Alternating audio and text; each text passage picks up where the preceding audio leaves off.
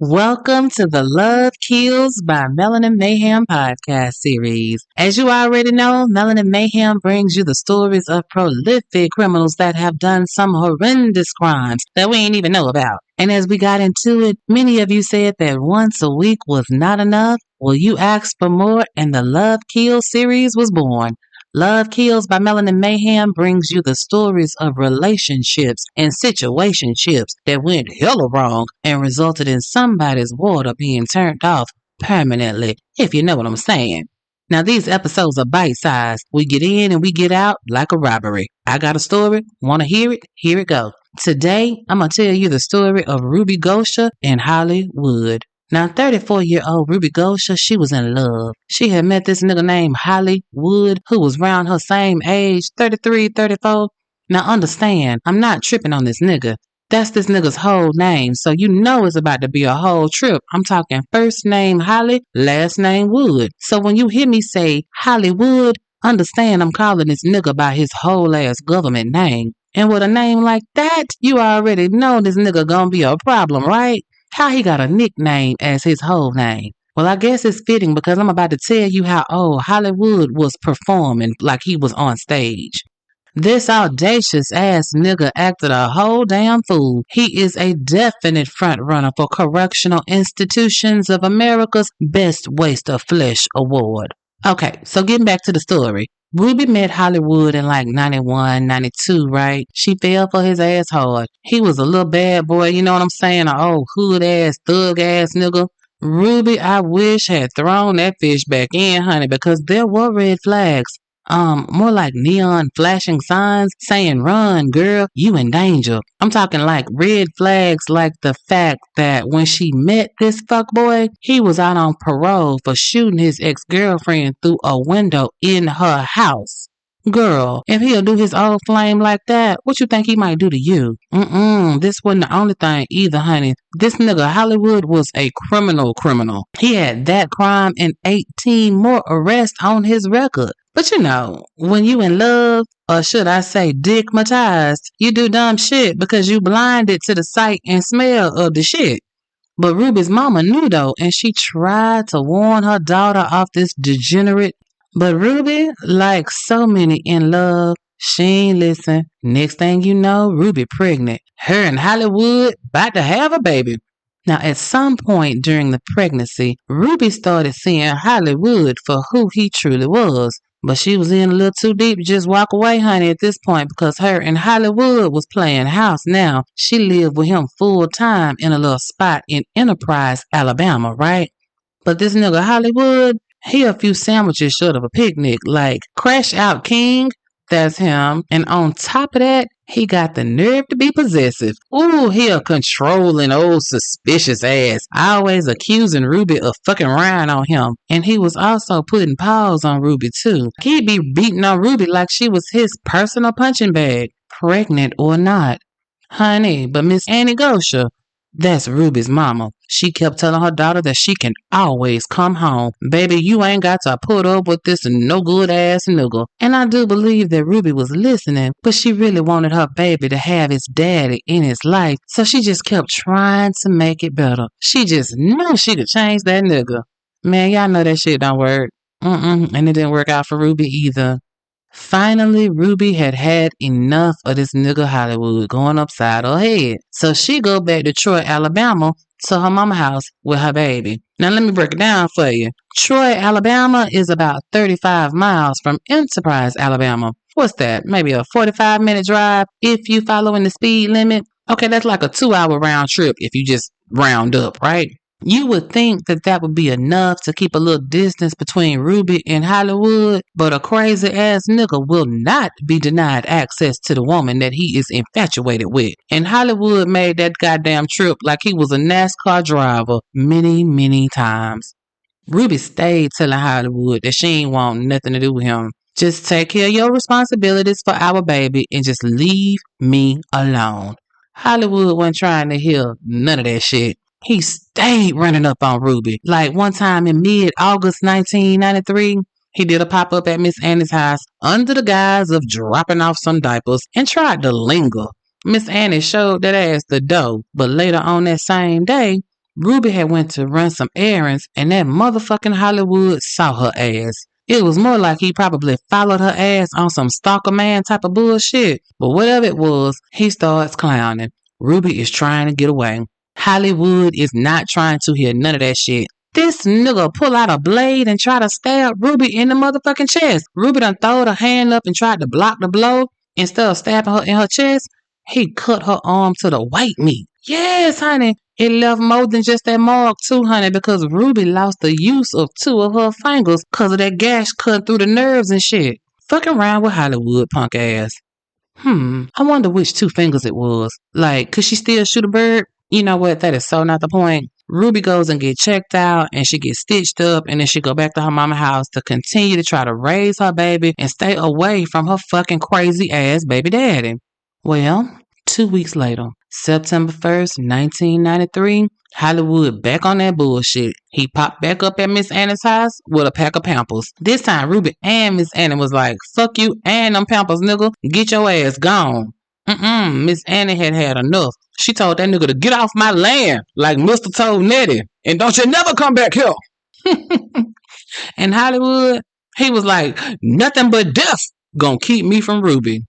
Oh, shit, don't say it like that. That is not gonna be good. But Hollywood left, but that nigga didn't go far. He was about to crash out like a true fuck nigga can only do. So Hollywood, he got this cousin named Calvin Salter, right? And Calvin lived in Laverne, Alabama. And after leaving Ruby's mama's house, cussing and fussing about how these hoes got him fucked up and they don't know who the fuck they fucking with, bitch, I'm Hollywood, you know, showing out. He went over to cousin Calvin's house and scooped them up, talking about, come ride with me, cuz. So, of course, cousin Calvin, he jumped in the truck with Hollywood. Now, mind you, Laverne is a good 20 miles from Troy. That's 30 minutes. So he drove 30 minutes to get to cuz house. And where they going? 30 minutes back to Ruby's mama's house. Nigga. This time he tell cuz, you drive. So they drive by Ruby's house on some stalker man type of activities. They ride real slow like they about to pull a drive-by. And then they spin the block a couple of times until Hollywood tell cuz to pull over and park. Now, Calvin parks a street over, but he still got full view of Ruby Mama house. Now, mind you, it's late. It's about 9 p.m., so we talking about dark 30. You know what I'm saying? So while they sitting in the car, in the dog, stalking Ruby's mama's house, a car drives by. And Hollywood know the nigga that's driving this random car that randomly drives by. It's a dude named Imp. Now again, Imp just so happened to drive by a random street when a crazy nigga was outside being a stalking stalker that stalks. Baby, when Hollywood recognized Imp, this nigga nutted the fuck up in the truck. He has decided that the only reason Imp would be on this street is if he was fucking with Ruby, a dirty bitch.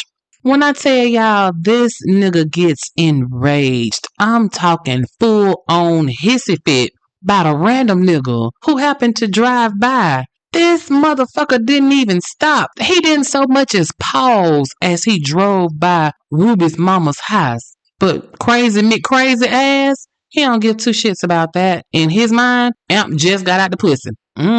Hollywood get out the truck and grabs a 12-gauge shotgun from the gun rack. Now, pause for just a second for those of you who might be like, what the fuck? We are in Alabama, y'all. The dirty South. Pickup trucks 9 times out of 10 got some type of firearm in them. Oh shit, 10 times out of 10. They got some type of firearm in them. Plenty of them come with gun racks pre-installed and pre-populated. You know what I'm saying? So this is not out of the ordinary for Southern people. We love our guns. But anyway, back to Hollywood. So Hollywood grabs the shotgun, still talking cash shit. Now, cousin Calvin, he say Hollywood stuck that motherfucking shotgun down his pants leg. Now, you know this nigga is batshit crazy. Who the fuck stick a shotgun down their pants? Hollywood.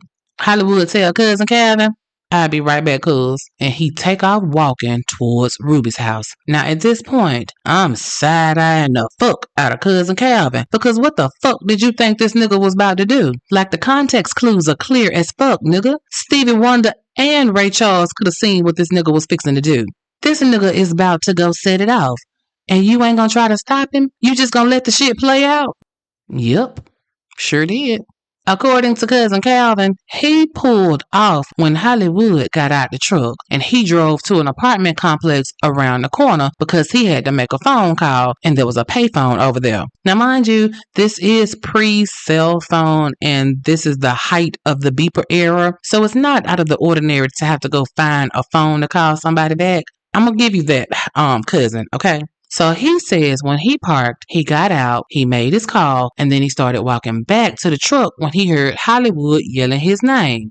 He get in the truck, he drives to go see what Hollywood want. He said that Hollywood told him that he didn't see Ruby when he went to the house, but he was gonna go back one more time to see if she was there.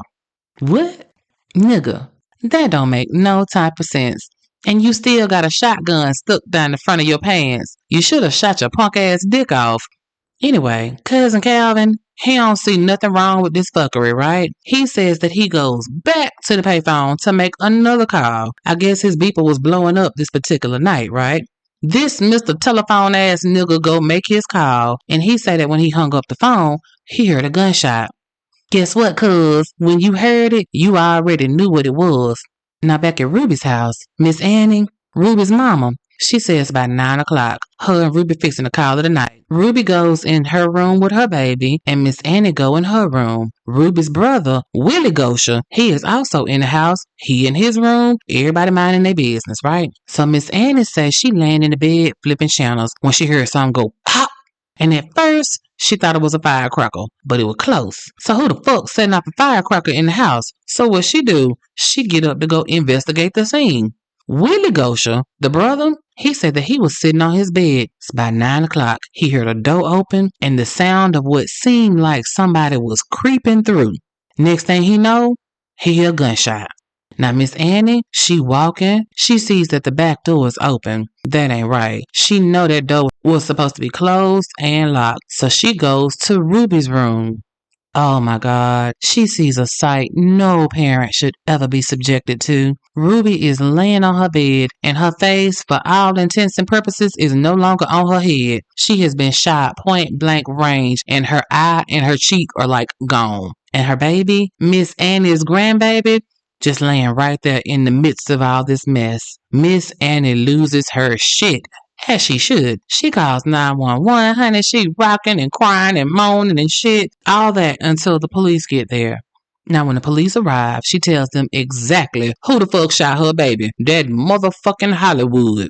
Now, Cousin Calvin, he says he finished his call and he went back to the truck. Hollywood funky ass was already there waiting. Calvin jump in the truck and they take off. Again, you know what your cousin just did. You ain't got nothing to say? Calvin said they just driving.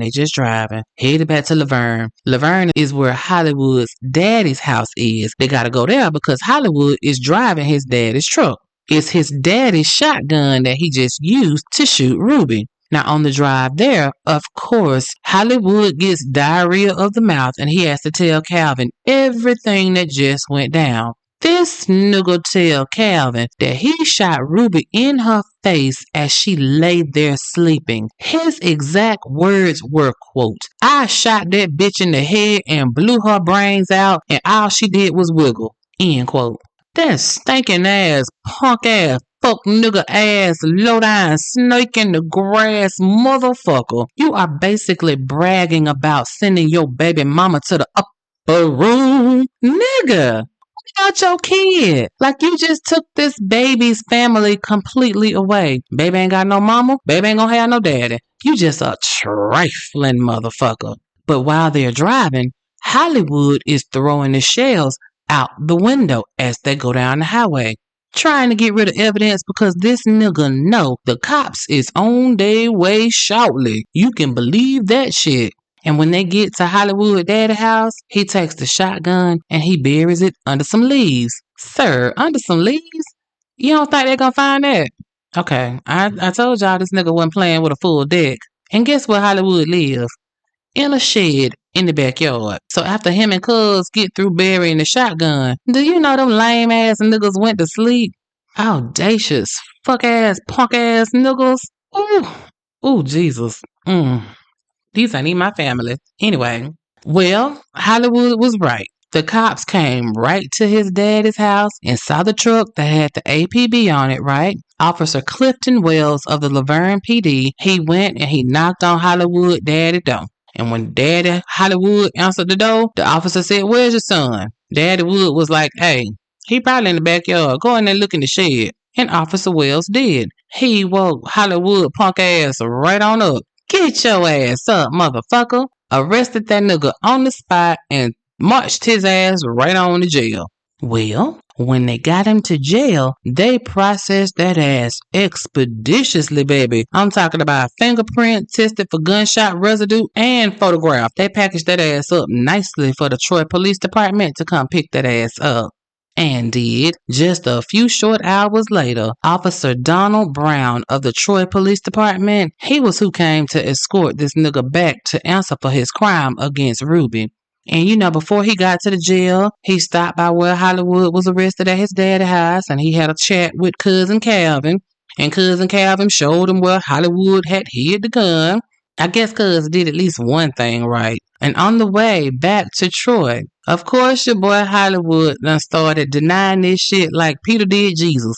He was in the back seat talking about, "Y'all motherfuckers must think I'm crazy. What I look like going in somebody's house and shooting them in the head while they sleep?" I mean, he literally said that. That's like a direct quote. There's just one little thing. The Lucerne Police Department didn't discuss nothing about his charges with him.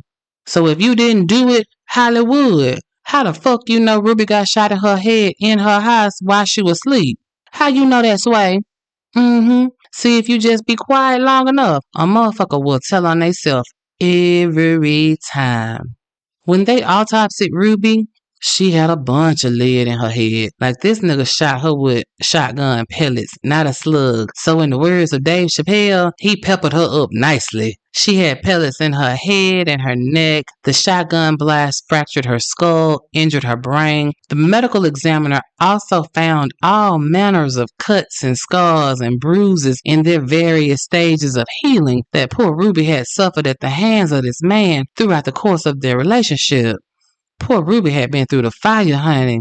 The good news is that they convicted Hollywood on October 20th, 1994. He was sentenced to the death penalty. Yeah, nigga, you can't stay on Earth no more. You got to go. And they shipped Hollywood's punk ass off to the Holman prison to wait for his execution. And as we know, with these death penalty cases, there was a whole lot of appeals. They tried to say that Hollywood had a low IQ and he was mentally disabled and that his lawyer should have put more emphasis on that. And then they said that, the jury was biased. No, nigga. You function perfectly fine. Wasn't shit wrong with you while you were terrorizing Ruby. Ain't shit wrong with you now. After Hollywood exhausted all his appeals, he then tried to plead for leniency from the state. The governor was like, "Nope, fresh out of leniency, sonny. Mercy has taken the day off, and for all intents and purposes, nigga, you can kick rocks." And that's exactly what happened. On September 9th, 2010, 50-year-old Hollywood was executed. Now, I don't mind speaking ill of the dead, but right now, I want to focus on Hollywood's sisters. According to the streets, do y'all know they was all up in there carrying the fuck on? Like, if you don't say that shit for the funeral, why the fuck is y'all up in here screaming and crying and praying? Don't bring black Jesus in this bullshit. What would Jesus do? He would tell y'all to shut the fuck up with all this ruckus over a nickel that shot one woman through a window and got out and turned right around and shot another woman in her face in her house while she was sleeping in her bed. And you got the absolute gall, nerve, and niggolatry to be up in here acting like this nigga is a saint, like he been wrongly convicted. This nigga is certified, and y'all should have been carrying on his ass when he was out here in these streets carrying the fuck on. Get the fuck out of here, you funky bitches. And understand, I do not have a problem with them loving their brother. I don't. Criminals have people that love them too, in spite of their criminalistic ways. But there is a time and a place to carry the fuck on. And in the black community, that's at the motherfucking sitting up, also known as the wake, for my few Mayonnaisians that might be in the mix. We call it a sitting up in the South. And then you also can carry the fuck on at the motherfucking funeral. That's where we clown. Not at the prison, not at the death chamber if you are not a part of the victim's family. I know that some of Ruby's peoples was in that room to see Hollywood get that hot shot in his arm. They should have whooped y'all ass. I'm talking like as soon as y'all started, Hollywood's last image would be of his sisters getting their ass mollywopped through the windows. We'd have stomped them hoes out. Y'all pray for me. I told y'all I'm down with all the Old Testament shits. But you know what, New Nation? That was the story of how love killed Ruby Gosha. And I'm going to tell y'all, love is not brutal. It should not hurt. All jokes aside, domestic violence is a thing. And for so many people, they find themselves in a situation that is a ticking time bomb. If you or someone that you know is in one of these situations, please be careful. Crimes of passion, crimes of crazy, whatever the fuck you want to call it, they happen every damn day. And nobody thinks that it'll happen to them. Ruby Gosha didn't either. I hope that you've enjoyed this episode of Melanin Mayhem, the Love Kill series. Don't forget, Melanin Mayhem is available every Wednesday for your listening pleasure, honey. Check me out on social media. I'm Melanin Mayhem Podcast on YouTube, Instagram, and Facebook, and Melanin Mayhem PC on X. There is a great discussion group on Facebook. It's private, so you can let loose how you want to. Just search for the Melanin Mayhem Podcast discussion group. Answer a few questions, and I'll let you in, honey. And if you know of a story of love gone wrong, drop me a line on the socials or by email at melaninmayhempodcast@gmail.com. As always, my loves, stay safe, stay vigilant, and remember, if you stay ready, you ain't gotta get ready. It's one love, New One Nation. The country girl out this bitch.